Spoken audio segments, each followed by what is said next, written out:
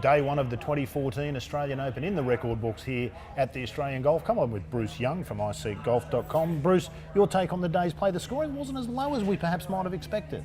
Well, the conditions early on were very tough, very demanding, quite a strong breeze out there early on. It did ease off later in the day, and we saw some scores in the afternoon that were slightly better than those in the morning.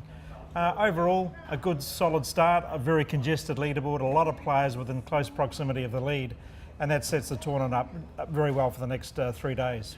Attracting all the headlines, one of the draw cards, rising star American Jordan Spieth, is at the top of the leaderboard. Yeah, I mean, overall it was a solid round.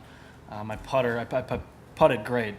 Putter was an improvement off the last week, and didn't quite drive the ball up to the standards that I'd like to see, but you know, that was day one, and I've been driving the ball well the last couple of days, so maybe it was just an off day with it. But when I did miss it, I either got a good break or I was in a spot where I could play the hole, so short game kept me in today.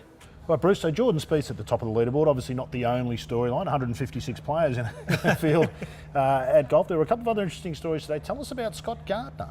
Well, Scotty's had a pretty tough time in the United States over the last little while. He played on the PGA Tour this season. I suppose getting to the PGA Tour again this year was an achievement, but he struggled, and he's played a few Web.com tours late in the season. He had to really play in the finals. He finished outside that all-important top 126 on the FedEx Cup and failed to make it through the finals of the Web.com Tour, so he will only have marginal status on the Web.com Tour next season.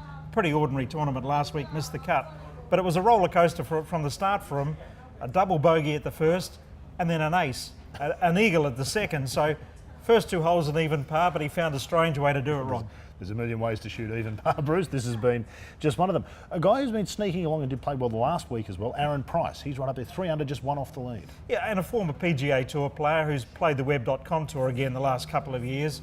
Had spent a bit of time here in Sydney a couple of weeks ago, spent time with his coach Gary Barter, who was based here at the Australian Golf Club, and that had immediate results when he finished 5th last week at the Masters. So he's in pretty good shape on a golf course he knows well. Absolutely, certainly playing well.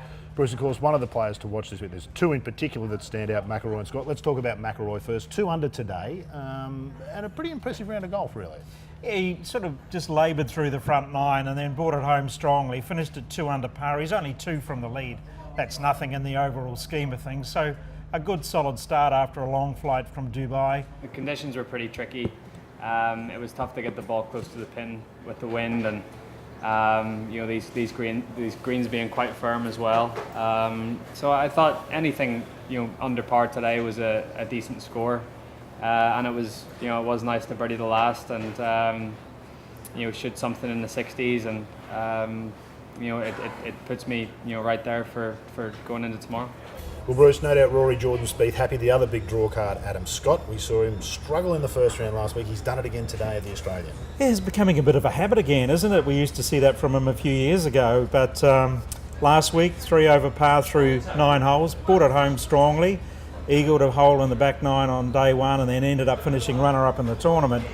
He was 5 over par through 9 holes today, managed to get it back to 3 over par, so he's only 7 from the lead. Certainly not insurmountable, but not the start he was looking for. Absolutely, but of course he'll be out early tomorrow, hopefully have the best of the conditions, always a chance to shoot a low one, could put himself right back in it. We'll be back to see how that unfolds at the Australian Golf Club tomorrow here at the Australian Open.